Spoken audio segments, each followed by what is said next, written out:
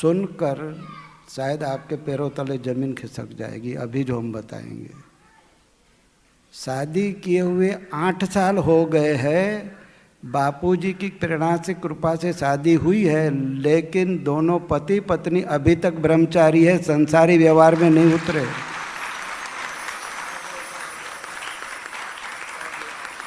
ऐसे पवित्र आत्मा बापूजी के साधक है, तो चेले इतने मजबूत है तो उनके गुरु कितने संयमी होंगे। जिनके चेले जवानी है, शादी की है, लेकिन एक दूसरे को टच नहीं करते। जिनके चेले इतने मजबूत है, जितेंद्रिय है, तो उनके गुरु कितने जितेंद्रिय होंगे, कल्पना करो। धनंजय देसाई ऐसे थोड़ी बोलते हैं कि बापू आसाराम जी आध्यात्मिक जगत के पूर्ण पुरुषोत्तम योद्धा है, वो जेल में नहीं है, हमारी सनातन संस्कृति जेल में है, हम जेल में है, हमारा भविष्य जेल में है, वो जेल में नहीं है, वो तो जीवन मुक्त है। बापू की साधना इतनी ऊंची है, वो ऐसा बोलते। बापू तो साधना सब पूर्ण हो चुके, पूर्ण पुरुषोत्तम है। उनका कहना है कि बापूजी की जगह और कोई होता तो मेंटली रिटायर हो जाता, आत्महत्या कर लेता, लेकिन न बापूजी ने खुद ऐसा किया, न अपने किसी प्यारे साधक की जान हानि का नुकसान होने दिया। वो तो समझते कि जेल और महल हमारे लिए समान है, हम तो जीवन मुक्त महापुरुष है। फिर भी इतना अंधेर नहीं होना चाहिए कि निर्दोष नारायण स्वरूप सदगुरु को 8-8 साल 9-9 साल बिना किसी कारण जेल में रखा जाए। हम मीडिया के सामने ये दृष्टांत भी रखना चाहते हैं कि जिनके शिष्य, जिनके चेले इतने पवित्र जीवन बिता रहे, तो उनके गुरु कितने पवित्र होंगे, कितने पावन होंगे। हाँ भैया, तो आप बोलो अपना अनुभव बताओ। बड़ा पवित्र है, जिनकी पत्नी बड़ी माइंडेड है, समझदार है, देखने में सुंदर है, ऐसा नहीं भी कुरूप हो और टच न करे, सुंदर है। हाँ भाई बोलो। सबके हृदय में विराजमान मेरे गुरुदेव को कोटि कोटि प्रणाम। हमारे शादी को 8 साल हो गए हैं और गुरुदेव की कृपा से ही हमारी शादी हुई है, गुरुजी की आज्ञा से ही। जब शादी हुई तो संसार व्यवहार का हम सेवा में थे। उसके बाद में जब हम घर पे आए तभी भी हमें इसका कुछ ख्याल ही नहीं है, कुछ अंदाज़ा ही नहीं है अभी तक।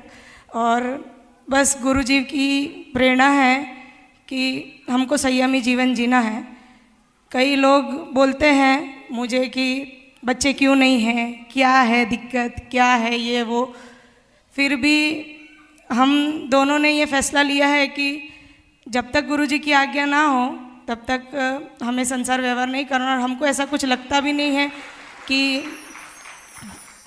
हमारे जीवन में कोई कमी है। हम हर रूप से सही है, हमको सुसंस्कृत है और हमको आगे की पीढ़ी को यही शिक्षा देनी है कि आप संयमी रहिए। संयम जो है उससे आप बहुत बड़े बड़े कार्य कर सकते हैं।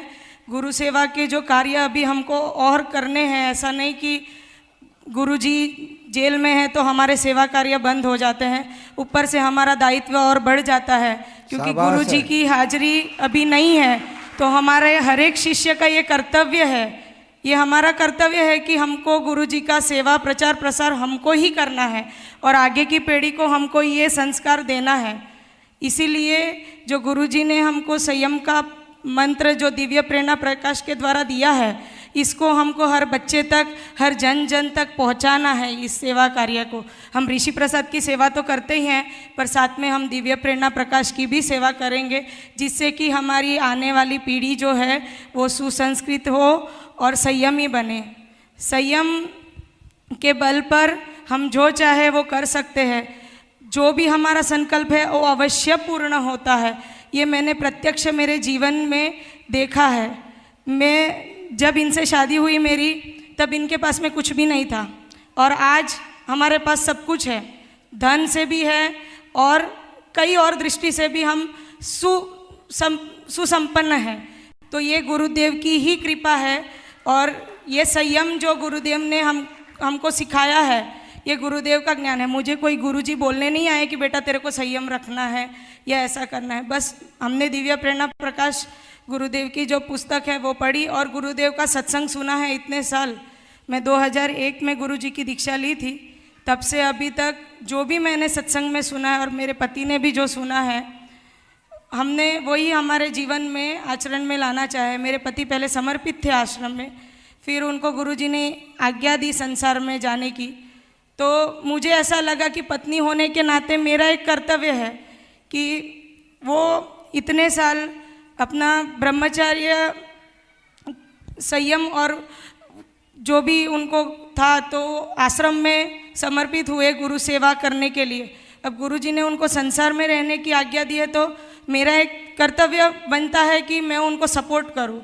और पत्नी के नाते मेरा यही मेन कर्तव्य है कि कभी भी उनको किसी के सामने झुकना ना पड़े। और गुरुजी के सामने भी वो जब जाए तो उनका सर गुरुजी को ऐसा हो कि भाई हमारे बच्चे ऐसे हैं कि आश्रम में तो थे तभी भी उन्होंने ब्रह्मचर्य पाला और घर जा कर के भी वो अपने नियम में दृढ़ है।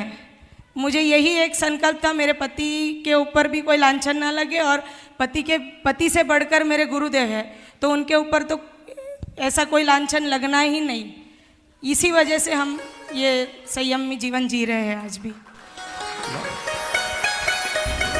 शाबाश है, इसको कहते पृथ्वी के देवी देवता। प्रणाम है भाई आपको। गृहस्थ जीवन में जुआन है, इसका आवाज़ कितना बुलंद था, आवाज़ बुलंद था कि नहीं? ये संयम का आवाज़ था। बड़ी माइंडेड लड़की है, पवित्र आत्मा है।